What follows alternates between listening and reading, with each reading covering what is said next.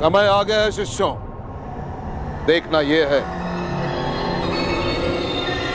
कि कौन होगा वो जो मेरी शिक्षा पर खरा उतरेगा।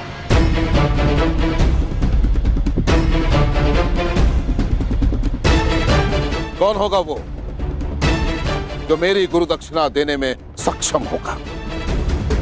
कौन होगा वो जो पांचाल नरेश द्रुपद को परास्त करके बंदी बनाकर मेरे समक्ष लेकर आता है। कौन होगा वो? प्रयाण करो।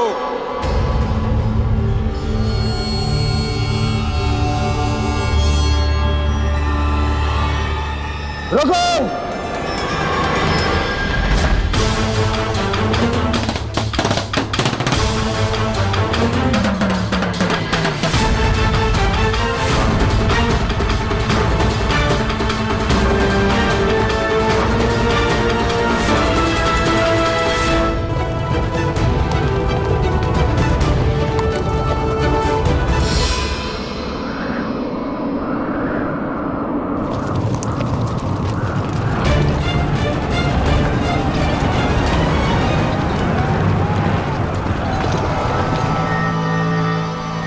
स्वागत है कुरु राजकुमार।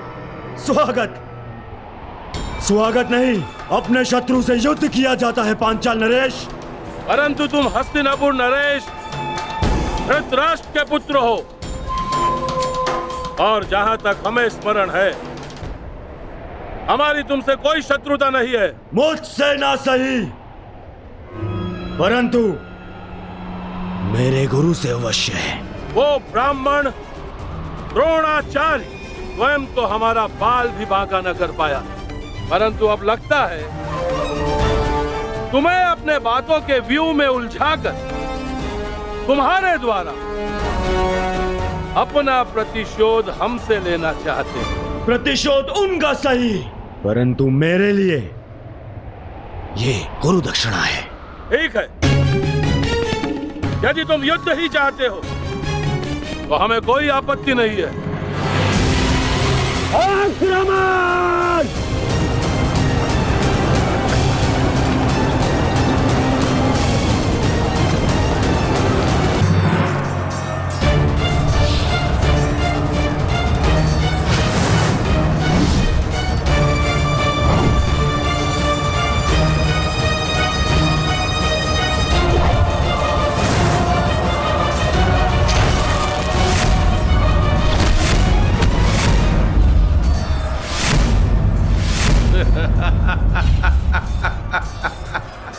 युद्ध कौशल और बल दोनों तुम में है दुर्योधन, परंतु लगता है तुम्हारे आचार्य द्रोण ने तुम्हें गदा युद्ध में प्रवीण नहीं किया। तुम्हें और प्रशिक्षण की आवश्यकता है दुर्योधन। यदि चाहो तो वो प्रशिक्षण हमसे ले सकते हो।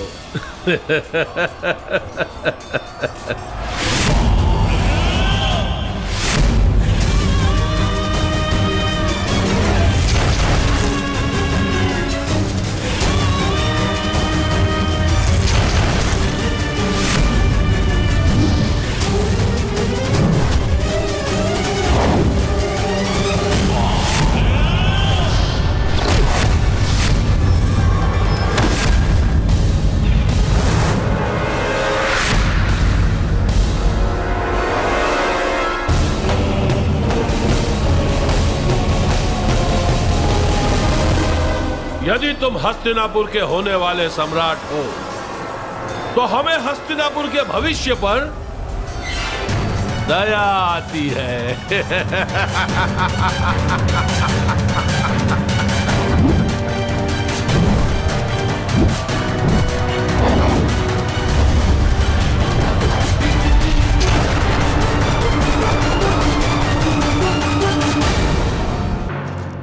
प्रणिपात। पांचाल नरेश द्रुपद ने संदेशा भिजवाया है।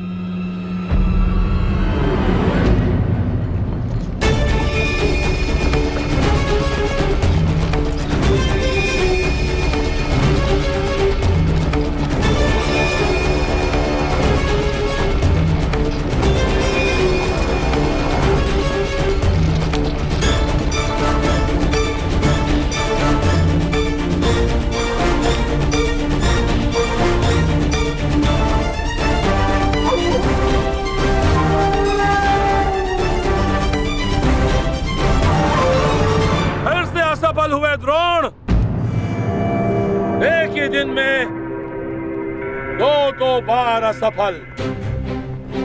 पहली असफलता, पांचाल नरेश द्रुपद की शक्ति को कम आंकना, और दूसरी असफलता, अपने इन शिष्यों की क्षमता को अधिक आंकना। दया आती है द्रोण, क्या अपने इन्हीं शिष्यों की क्षमता पर तुम पांचाल नरेश द्रुपद को ललकारने की चेष्टा कर रहे थे? लज्जा आती है द्रोण, तुम्हें अपना सहपाठी कहते हुए। कभी हमने साथ में शिक्षा ग्रहण की थी, अब क्या करो? भिक्षा मांगोगे? अपने प्राणों की या अपने इन 100 शिष्यों के प्राणों की?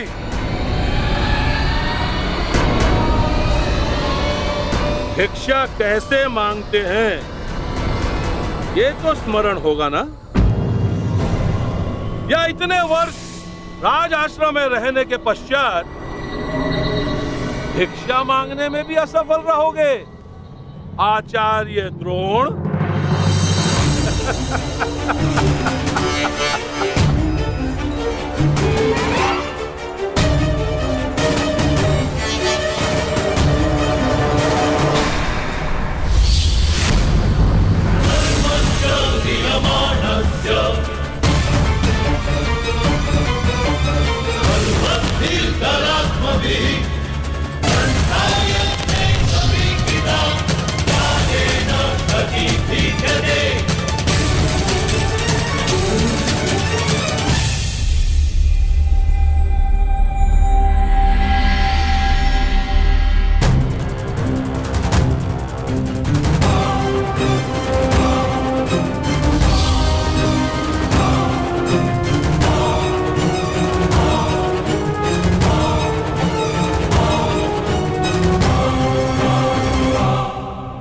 असफल तुम्हें होना है द्रुपद। मेरे शिष्यों की योग्यता को तुमने कम में आंका है। और रही बात भिक्षा की, तो समय बताएगा कि द्रोण पांचाल नरेश के समक्ष भिक्षा मांगता है या पांचाल नरेश हाथ जोड़कर द्रोण के शरण में आता है। तुमने गुरु का अपमान किया था और उसी अपमान का प्रतिशोध लेने आए हैं मेरे ये शिष्य।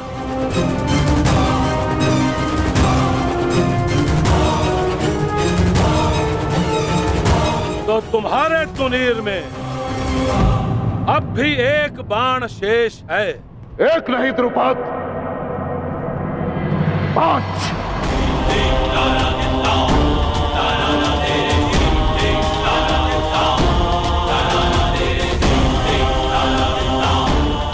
तो चुनौती प्रस्तुत करो।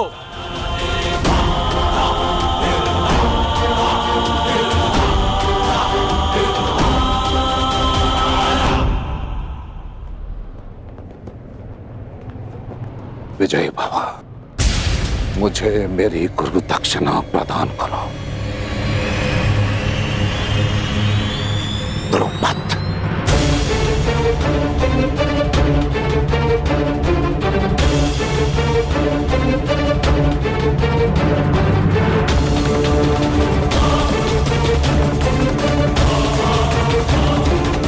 पांचाल नरेश,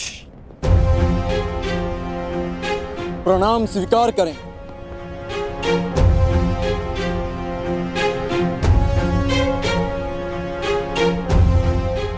आश्चर्यचकित मत होइए पांचाल नरेश, किसी समय आप मेरे गुरु के गुरु बंधु रहे हैं।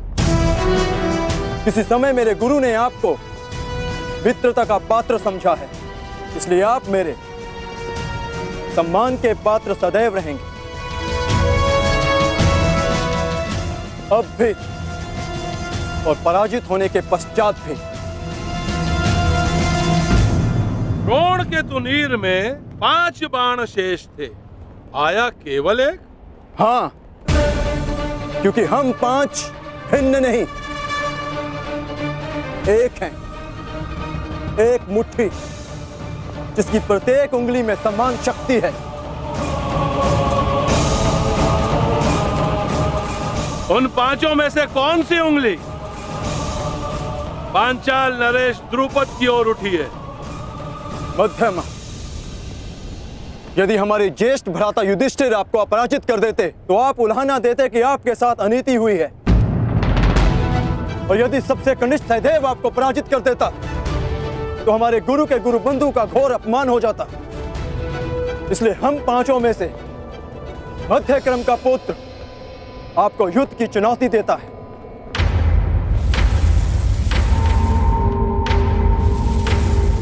तर्क अद्भुत है बालक। नाम क्या है तुम्हारा? पांडुपुत्र द्रोण शिष्य अर्जुन। बहुत समय पश्चात ऐसा संस्कारी, सक्षम और विनम्र राजकुमार देखा है। मेरे संस्कारों का परिचय तो मेरे प्रणाम ने दे दिया, मेरे कौशल का परिचय मेरे बाण देंगे। युद्ध आरंभ करो अर्जुन।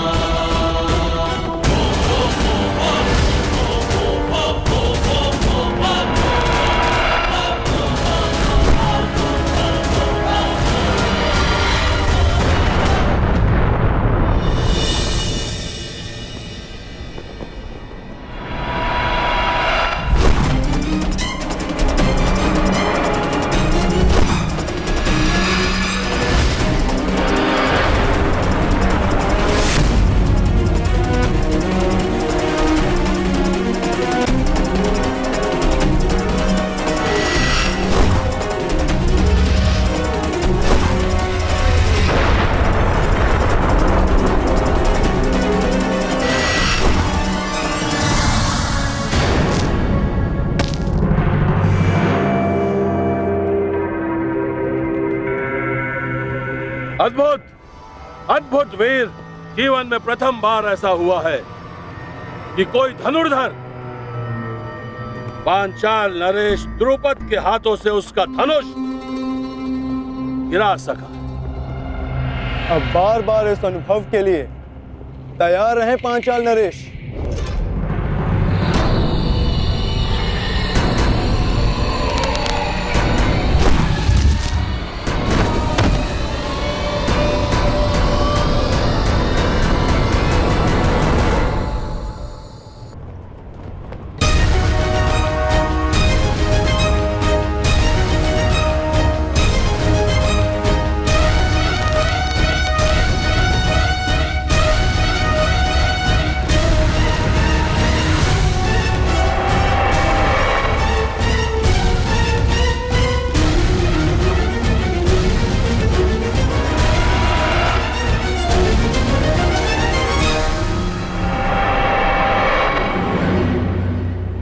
असंभव।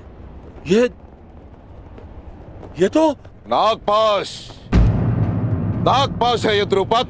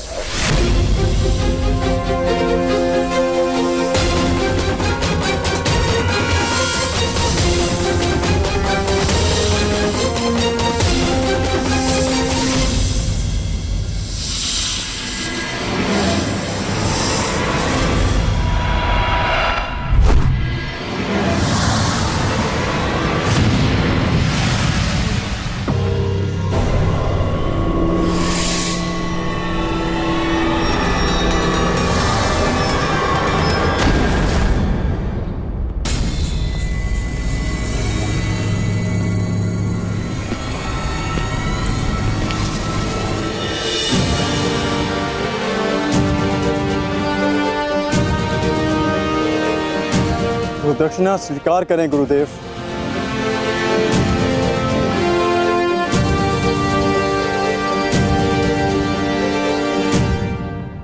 अश्वत्थामा को संदेश भिजवाया जाए। शीघ्र अतिशीघ्र उसका राज अभिषेक होगा। वो भी इस स्थान पर।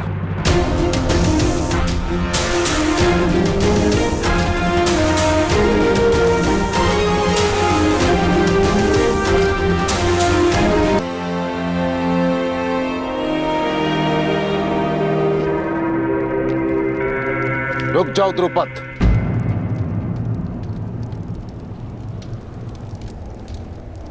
कहां जा रहे हो? अभी भी हमारे बीच बहुत कुछ शेष है। पांचाल पर तो विजय प्राप्त कर चुके हो द्रोण, अब क्या शेष है?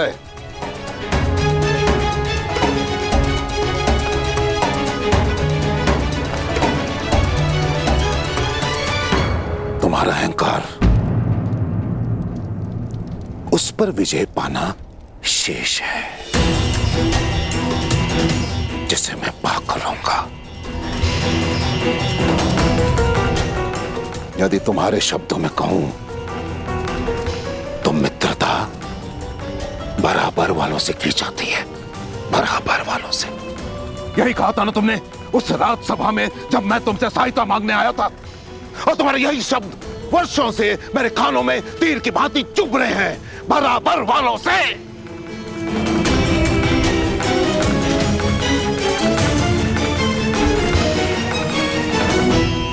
तो समय का चक्र देखो, आज तुम कहां और मैं कहां।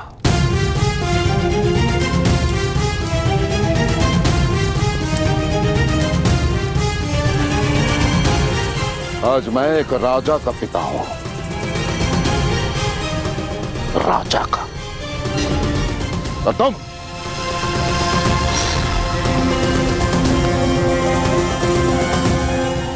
कुछ भी नहीं द्रुपद।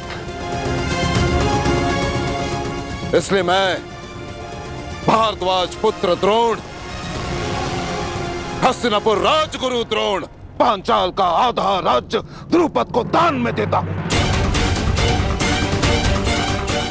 उस द्रुपद को जिसे मैंने कभी अपना मित्र माना था।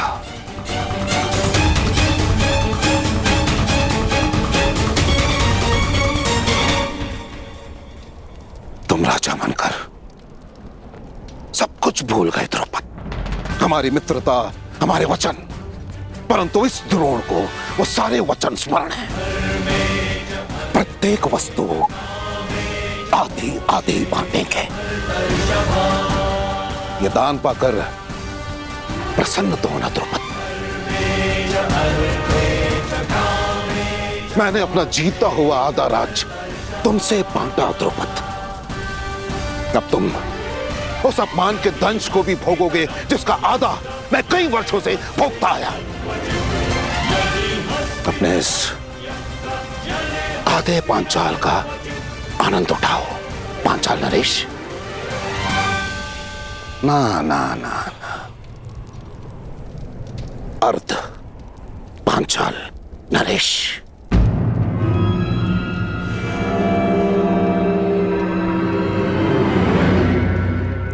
बोलो हस्तिनापुर की, हस्तिनापुर की, हस्तिनापुर की, हस्तिनापुर की, हस्तिनापुर की। तुम्हारे मुख से ध्वनि क्यों नहीं निकल रही अर्ध पांचाल नरेश? याद है ना तुम्हें, जिससे दान प्राप्त होता है उसकी जय की जाती है। याद है ना?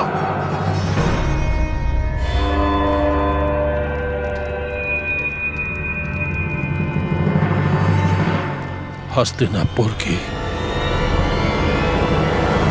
जय।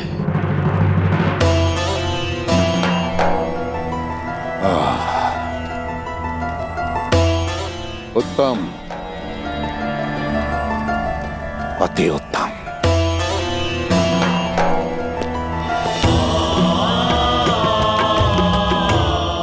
मेरी गुरु दक्षिणा पूर्ण हुई, गर्व है मुझे तुम पर। ये द्रुपद, अश्वत्थामा का राज अभिषेक भी संपन्न हुआ। हमें शीघ्रता से हस्तिनापुर के लिए प्रस्थान करना होगा, क्योंकि वहां एक और युवराज अभिषेक शेष है।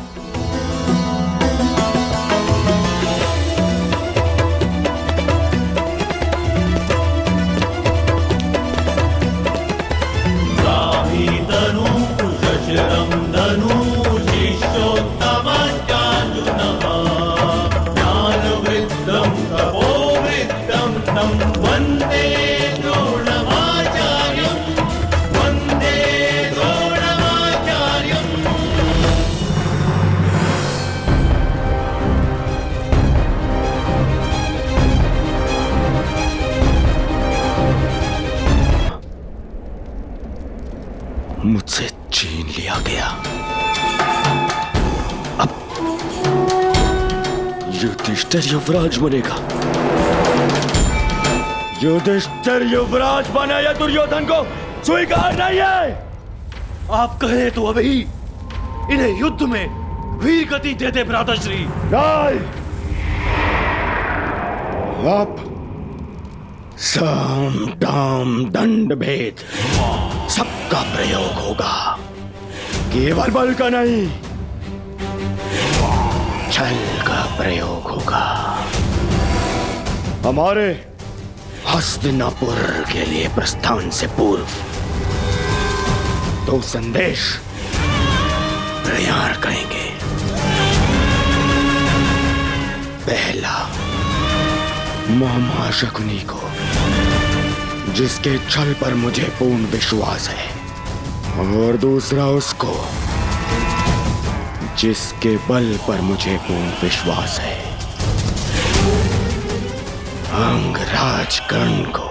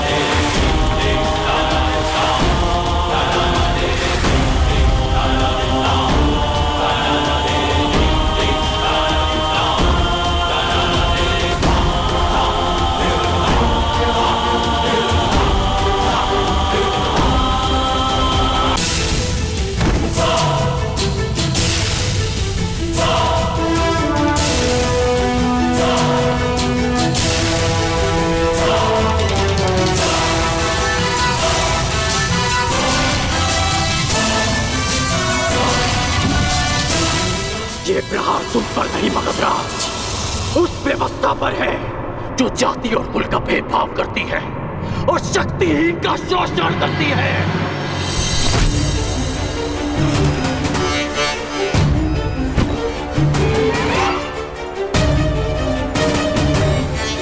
ये प्रहार उस अन्याय पर है जो एक वीर को धनुष उठाने की अनुमति नहीं देती, क्योंकि वो एक सूत पुत्र है।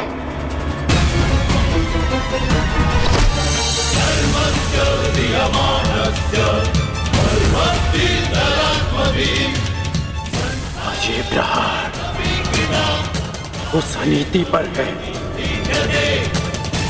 जो एक सूत बालक के कंठ में पिघला हुआ स्वर्ण भर देती है,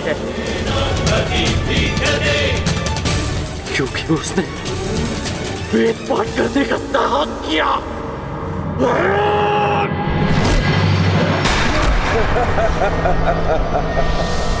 तुम विजय नहीं हो सकते कर्ण, क्योंकि पराजय मैंने स्वीकार नहीं की और वध तुम मेरा कर नहीं सकते।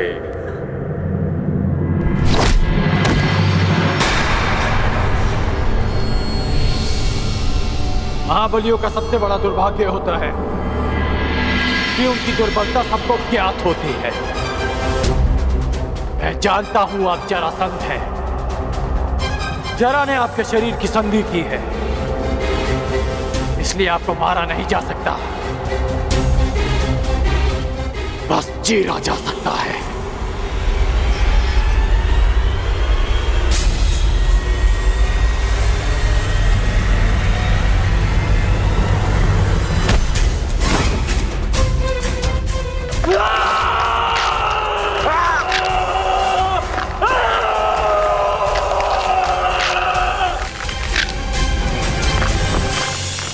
रुक जाओ कर,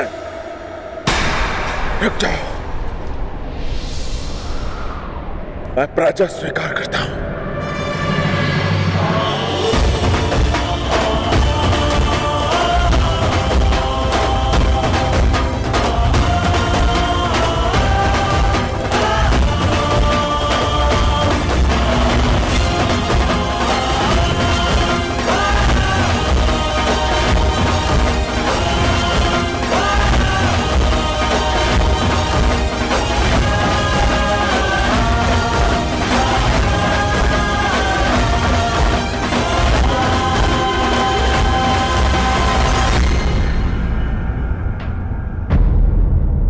महाबलियों का सबसे बड़ा दुर्भाग्य होता है कि उनकी दुर्बलता सबको ज्ञात होती है। मैं जानता हूं आप जरासंध हैं। जरा ने आपके शरीर की संधि की है, इसलिए आपको मारा नहीं जा सकता, बस चीरा जा सकता है।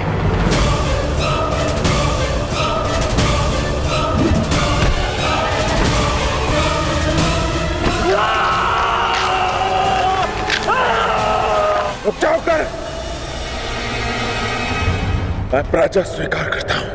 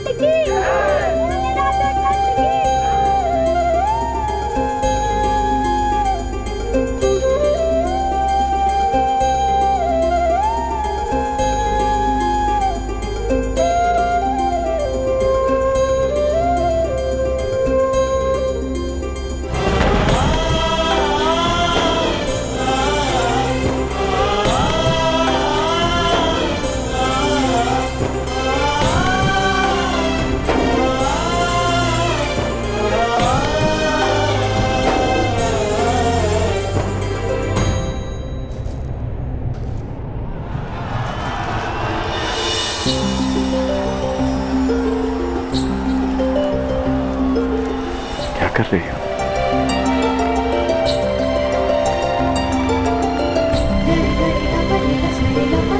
बस जांच रही हूँ कि जिसे अंक का मुकुट पहनाया जाएगा उसका मुख मेरे कर्ण से मिलता है ना, कहीं उसके मुख पर घाव तो नहीं लगे।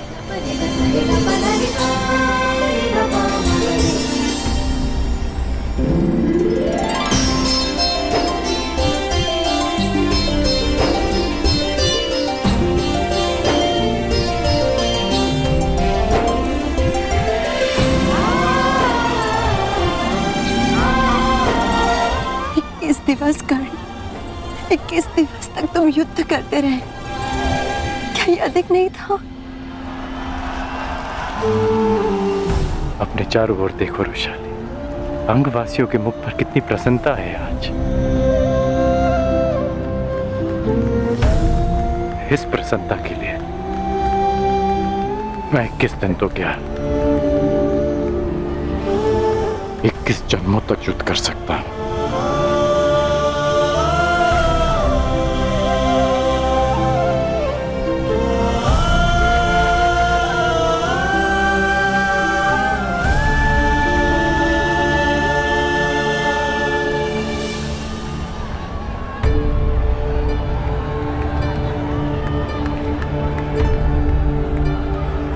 तुमने अच्छा प्रदर्शन किया कर्ण। क्योंकि मुझे अच्छा प्रशिक्षण मिला।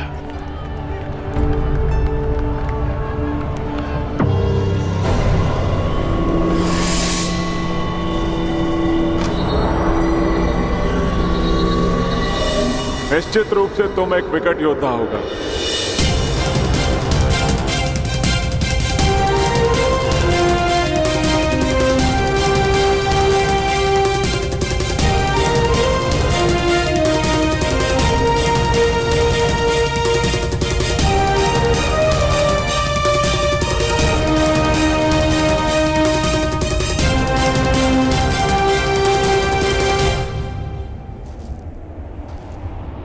अपने जीवन में तुम जैसे शूरवीर और हठी योद्धा से मेरा आज तक सामना नहीं हुआ, और तुम जैसे योद्धा के हाथों पराजित होना अपमान का नहीं अपितु गर्व का विषय है।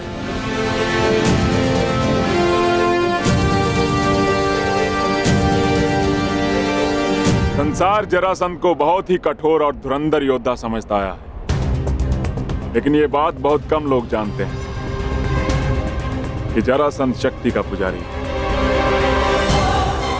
और आज तुमने अंग की आत्मनिर्बलता ही नहीं अपितु जरासंध का सम्मान भी पा लिया है। अंगराज, मगध की मित्रता स्वीकार करो, और इस मित्रता के चिन्ह स्वरूप मैं तुम्हें मगध की मालिनी नगरी भेंट करता हूं।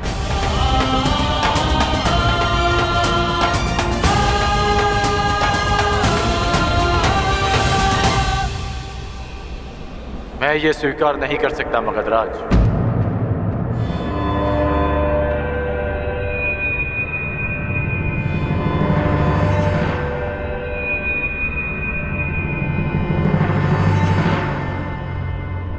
मैं अंग का शासक हूं।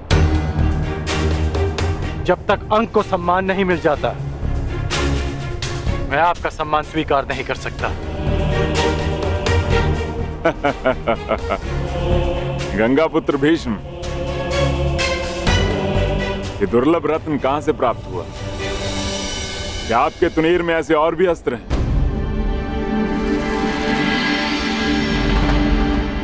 कहिए अंगराज, मैं क्या अर्पण करूं आपको?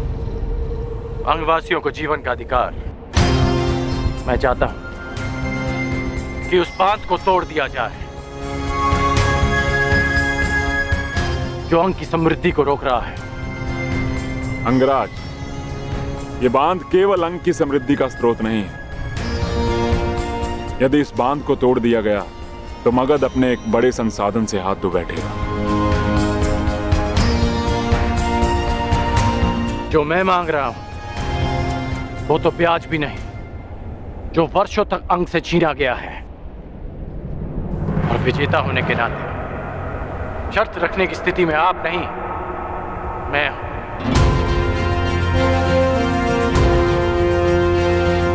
धनुर्विद्या के साथ साथ कूटनीति में भी कुशल हो तुम अंगराज।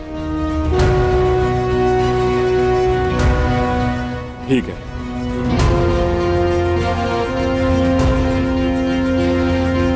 परंतु इस मांग के बदले मेरी भी एक मांग है कि मुझे जब भी तुम्हारी सहायता की आवश्यकता पड़ी, तुम एक बार मेरी सहायता करने अवश्य आओ।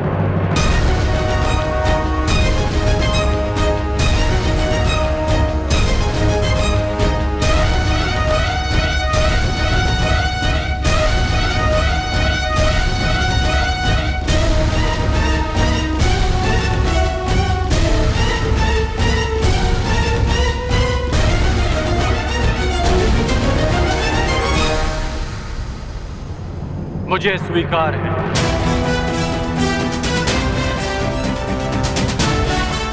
तो वचन दिया मित्र, तुम एक बार मेरी सहायता के लिए आओगे और ये जरासंध हर बार तुम्हारी सहायता के लिए प्रस्तुत होगा। तो आप ये बांध कब तोड़ेंगे आप? इस बांध को गिराने के लिए तुम्हारा केवल एक ही बाण पर्याप्त होगा अंगराज।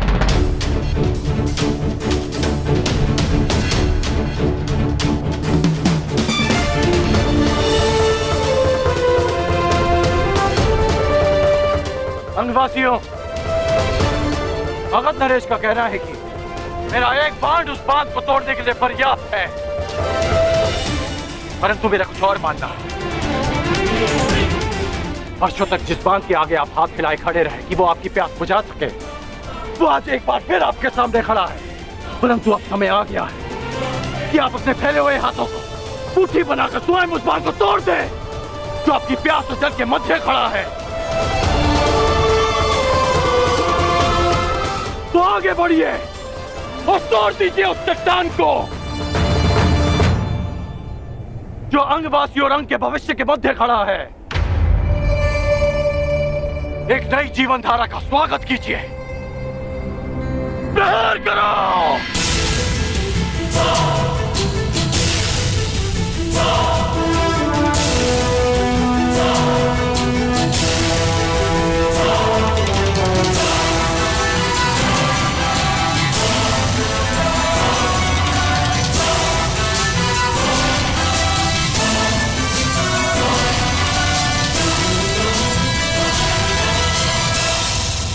मैंने अपना अनुज और आपने अपना पुत्र खोया,